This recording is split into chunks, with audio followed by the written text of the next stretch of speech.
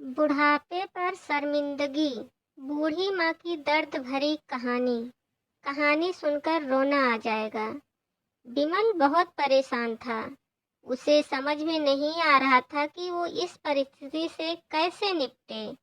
वो अपनी माँ को बहुत चाहता था, किंतु उसकी पत्नी और बच्चे उसकी माँ से बहुत दूर भागते थे, क्योंकि उसकी माँ की एक आंख नहीं थी। साथ ही उसकी कमर भी 90 अंश पर झुकी थी। वैसे वह अपना काम सब खुद कर लेती हैं, किंतु फिर भी वो उसकी पत्नी और बच्चे के लिए हमेशा खटकती हैं।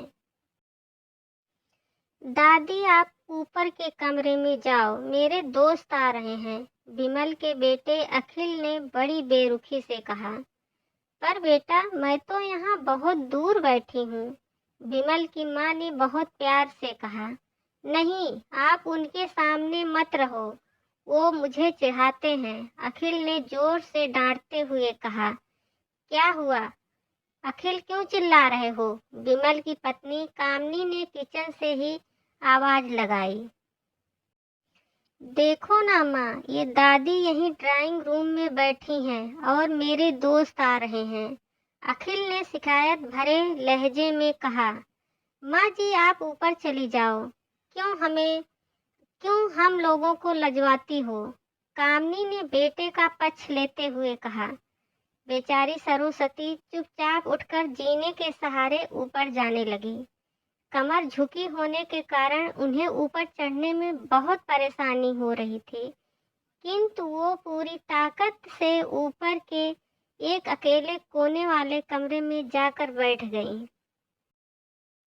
बिमल बाजू के कमरे से सब सुन रहा था। उसे कष्ट हो रहा था कि उसकी माँ को अपमानित होना पड़ रहा है, किंतु वो असहाय था। अगर वो कुछ कहता तो पत्नी और बच्चे उसका विरोध करने लगते। दूसरे, उनके तर्क भी सही लगते हैं, क्योंकि वो एक प्रशासनिक अधिकारी था।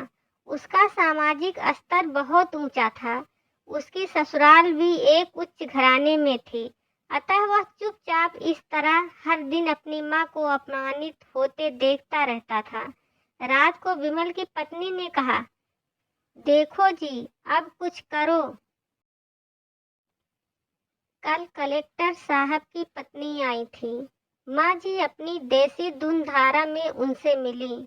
मुझे बहुत शर्म आ रही थी, बताते हुए कि ये मेरी सास हैं। मैंने कह दिया कि दूर के रिश्तेदार हैं, इलाज कराने आई हैं। बिमल को रोना आ गया, किंतु फिर भी वह चुपचाप रहा। उसे समझ नहीं आ रहा था कि वह क्या करे। अपने बेटे की मन स्थिति को सरस्वती अच्छी तरह से जानती थी और बेटे को कोई कष्ट ना हो, इसलिए वो हर बार चुपचाप सह लेती थी। बिमल बहुत उदास रहने लगा। एक तरफ परिवार और सामाजिक स्तर पर जीने की प्रतिबद्धता थी, तो दूसरी ओर माँ। आखिर माँ से अपने बेटे की यह हालत नहीं देखी गई। एक दिन उसने अपने बेटे से कहा, बिमल, बहुत दिन हो गए, मैं अपने गांव जाना चाहती हूँ, मुझे वहां पहुंचा दो, मेरा यहाँ मन नहीं लग रहा है। किंतु माँ, वहां तो कोई नहीं है, तुम्हारी देखभाल कौन करेगा? बिमल ने आश्चर्य से पूछा। अरे, सब गांव वाले तो हैं और वो तुम्हारे मामा जी उसी गांव में रहते हैं, और फिर हम सारी व्यवस्थाएं कर आएंगे ना। कामनी को तो जैसे मन की मुराद मिल गई हो। हाँ बेटा, बहू सही कह रही है, सरस्वती ने लंबी सांस लेते हुए कहा। बिमल जानता था कि गांव में माँ की देखभाल करने वाला कोई नहीं है, लेकिन अपनी पत्नी के जिद के कारण वह अपनी माँ को गांव छोड़ने पर विवश हो गया। माँ को गांव छोड़कर आते वक्त उसे रोना आ रहा था। अपनी बेबसी पर गुस्सा भी आ रहा था, किंतु परिवार, पत्नी और समाज ने उसके इन मनोभावों को दबा दिया और वो सुकून सा महसूस करने लगा। कुछ दिनों के बाद उसके चाचा जो अमेरिका में रहते थे आने वाले थे। जब विमल बहुत छोटा था, उसके पिता जीवित थे, तब वो भारत आए थे और उसके बाद वो अब भारत आने वाले थे। पूरा परिवार और आस पड़ोस बहुत उत्साहित था। अमेरिका से विमल के डॉक्टर चाचा आ रहे थे। डॉक्टर रमेश ने जैसे ही घर में कदम रखा, सबने मिलकर बहुत उत्साह से उनका स्वागत किया। क्यों विमल, भाभी नहीं दिख रही, कहाँ हैं? डॉक्टर रमेश ने उत्सुकता पूर्वक पूछा। जी वो गांव में रहती हैं, यहाँ उनका मन नहीं लगा, कामनी ने सपाट लहजे में उत्तर दिया। डॉक्टर रमेश ने विमल की ओर देखा तो विमल ने अपनी आंखें झुका ली। डॉक्टर रमेश सब समझ गए। बोले, कल हम भाभी से मिलने गांव चलेंगे सब लोग। दूसरे दिन सभी लोग गांव के घर में पहुंचे। देखा कि सरस्वती को बहुत तेज बुखार है और वो पलंग पर असहाय पड़ी है। डॉक्टर रमेश दौड़कर सरस्वती के पास गए, उनके पैर छूकर रोने लगे। सरस्वती की ये हालत उनकी कल्पना से परे थी। वाह बेटा विमल, तूने तो नाम उजागर कर दिया। अपनी माँ की ये हालत देखकर तुझे तो शर्म भी नहीं आ रही होगी। डॉक्टर रमेश ने विमल को लगभग डांटते हुए कहा। नहीं देवर जी, विमल का कोई दोष नहीं है। मैं खुद गांव आई थी। सरस्वती ने अपने बेटे का बचाव किया। मुझे सब पता चल गया है, आप चुप रहो। क्यों बहू, तुम्हें अपनी सास की क्रूरता पसंद नहीं है? समाज में तुम्हें नीचा देखना पड़ता है, यह है ना? डॉक्टर रमेश ने कामनी की ओर व्यंग से देखा। कामनी निरुत्तर होकर विमल को देखने लगी। आज तुम जिस सामाजिक स्तर पर हो, वो इन्हीं के संघर्षों की देन है। और बेटा विमल, तुम्हें शायद मालूम ना हो कि बचपन में जब तुम 1 साल के थे, तब छत से नीचे गिरने के कारण तुम्हारी एक आंख फूट गई थी और तुम्हारी रीढ़ की हड्डी में भी समस्या थी।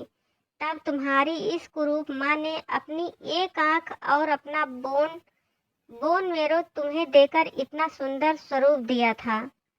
कामनी बेटा, इतने सालों तक संघर्ष करके बेटे को प्रशासनिक अधिकारी बनाने वाली इस संघर्षशील औरत की तुम लोगों ने यह दशा कर दी। तुम्हें ईश्वर कभी माफ नहीं करेगा। डॉक्टर रमेश की आंखों से अश्रु जलधारा बह रही थी। अब भाभी मेरे साथ अमेरिका जाएंगी, यहाँ इन स्वार्थी लोगों के बीच नहीं रहेंगी। डॉक्टर रमेश ने सरस्वती से कहा। विमल को तो काटो तो खून नहीं था। डॉक्टर रमेश जो उसके चाचा थे, उन्होंने जो राज बताया, उसके बाद तो विमल को यही लग रहा था कि उससे ज्यादा पापी इंसान इस दुनिया में कोई और नहीं है।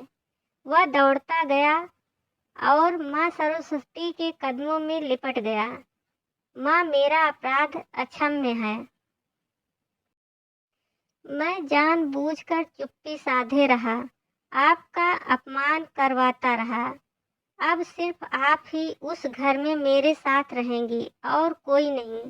विमल ने अग्नेय दृष्टि से अपनी पत्नी और बच्चों को देखा।